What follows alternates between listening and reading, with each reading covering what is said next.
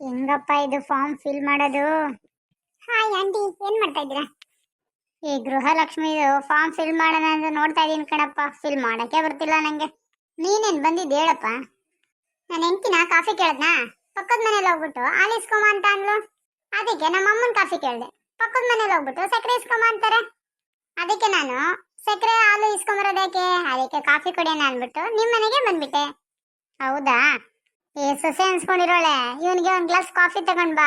ಹಾಲು ಹಾಕಿರ್ಬಾರ್ದು, ಸಕ್ಕರೆ ಹಾಕಿರ್ಬಾರ್ದು ಅಂತ ಕಾಫಿ ಮಾಡ್ಕೊಂಬಾ. ಹಾ, ಏ ಸೊಸೆ, ಕಾಫಿಗೆ ಸಕ್ಕರೆ ಹಾಲು ಎಲ್ಲ ಹಾಕೊಂಡೇ ಮಾಡ್ಕೊಂಬಾ. ತಗೊಳಪ್ಪ, ಕುಡಿ. ತುಂಬಾ ಸಖತ್ತಾಗಿದೆ ಕಾಫಿ.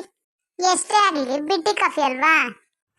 ಏ ಸೂರಜ್, ಇದೊಂದು ಫಾರ್ಮ್ ಫಿಲ್ ಮಾಡ್ಕೊಡ್ತೀಯಾ? ಏ ಕೊಡಿ ಆಂಟಿ, ಫಿಲ್ ಮಾಡ್ಕೊಡ್ತೀನಿ ಅಷ್ಟೇ ತಾನೆ. ಈ ಫಾರ್ಮ್ ಅಲ್ಲಿ ಗೃಹಲಕ್ಷ್ಮಿಗೆ ಯಾರ ಹೆಸರು ಹಾಕೋದು ಹೇಳಿ ಆಂಟಿ? ಇನ್ ಯಾರ ಹೆಸರು ಹಾಕ್ತೀಯಪ್ಪ? ಮನೆಗೆ ಹಿರಿಯೋಳು ಅಂತ ನಾನೇ ಅಲ್ವಾ ಇರೋದು, ನನ್ನ ಹೆಸರೇ ಬರಿ. ಹಾ, ಎಷ್ಟೇ ಆಗ್ಲಿ ನಮ್ಮ ಅತ್ತೆಗೆ ವಯಸ್ಸಾಯ್ತು. ಊರು ಹೋಗು ಅಂತದೆ, ಕಾಡ್ ಬಾ ಅಂತದೆ. ಇವ್ರಿಗೆ ಗೃಹಲಕ್ಷ್ಮಿ ದುಡ್ಡು, ನನ್ನ ಹೆಸರೇ ಬರೀರಿ. ನಿನಗೆ ಮುಂದಿನ ಏನ್ ಕೆಲಸ ಆಯ್ತಪ್ಪ? ನಿನಗೆ ಎಲ್ಲೋಗ್ಬೇಕಪ್ಪ? ಆಂಟಿ, ನಾನು ಈಗ ಆಫೀಸ್ಗೆ ಹೋಗ್ಬಿಟ್ಟು ಒಂದು ಮೀಟಿಂಗ್ ಇದೆ, ಮುಗಿಸ್ಕೊಂಡು ಒಂದು ಫಿಲಮ್ ನೋಡ್ಕೊಂಡು ಮನೆಗೆ ಹೋಗ್ಬೇಕು. ನಾನು ಈಗ ಒಂದು ಕೊಟ್ರೆ ಇನ್ನು ಆಫೀಸ್ಗೆ ಹೋಗಲ್ಲ, ಸೀದಾ ಸುಡ್ಗಾಡಿಗೆ ಹೋಯ್ತೀಯ. ನನ್ನ ಹೆಸರೇ ಬರಿ. ಆಯ್ತು ಬಿಡಂಟಿ, ನಿನ್ನ ಹೆಸರೇ ಬರೀತೀನಿ. ನನಗೇನಾಗ್ಬೇಕು? ಹೌದಾ, ಅವ್ರ ಹೆಸರು ಬರೀತೀಯಾ? ಬರ್ತೀನಿ ಇರು.